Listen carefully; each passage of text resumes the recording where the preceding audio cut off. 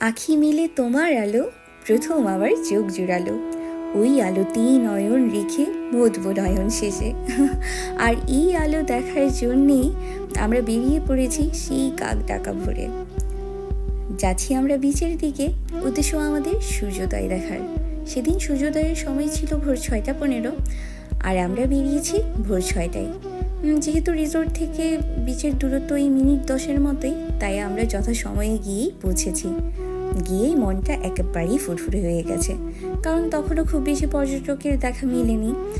অতি উৎসাহী অল্প কিছু সংখ্যক পর্যটক, যারা আমার মতোই সূর্যোদয় দেখতে গেছেন, তাদের বাদে আর খুব বেশি আসলে পর্যটকের দেখা মিলছে না।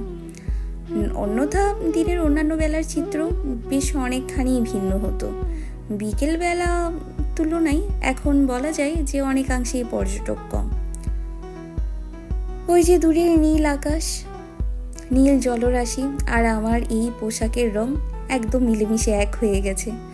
আমি কিন্তু মোটেও পূর্ব পরিকল্পিতভাবে এই পোশাক পরে আসিনি। তবুও যখন এখানে এসে নীল আকাশ, নীল জলরাশি আর আমার পোশাকের এই অশান ব্লু একসাথে মিলেমিশে এক হয়ে গেছে, তখন তো আমার নিজেকে ভীষণ রকমের বিশেষ বলে মনে হচ্ছে। ঠিক এই মুহূর্তে আমার চিৎকার করে বলতে ইচ্ছে হচ্ছে, গুড মর্নিং কক্সেস বাজার। আমি কিন্তু ঠিক এভাবেই চিৎকার করে বলেছিলাম। ওহো, সে এক স্বর্গীয় অনুভূতি। ওই যে দূর থেকে ধেয়ে আসা ঢেউ, আর এইদিকে পূব আকাশে সূর্য উঁকি দিচ্ছে। সত্যি সারা জীবন আমাকে এই দৃশ্য বিমোহিত করবে।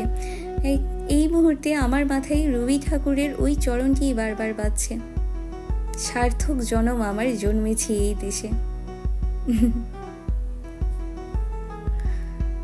সমুদ্রের তীরের এই ঝিনুকগুলো কুড়োতে কুড়োতে আমার মনে হচ্ছে এগুলো সমুদ্রের তরফ থেকে আমাকে দেওয়া যেন উপহার।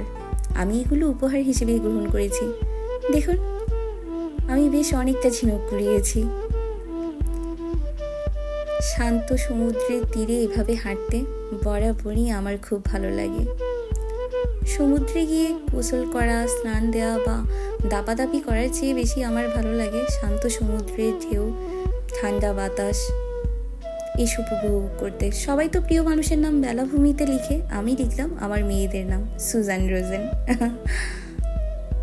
কলাতুলি বিচে সূর্যোদয় উপভোগ করে আমরা চলে যাচ্ছি ব্যস্ততম পয়েন্ট সুগন্ধা পয়েন্টে।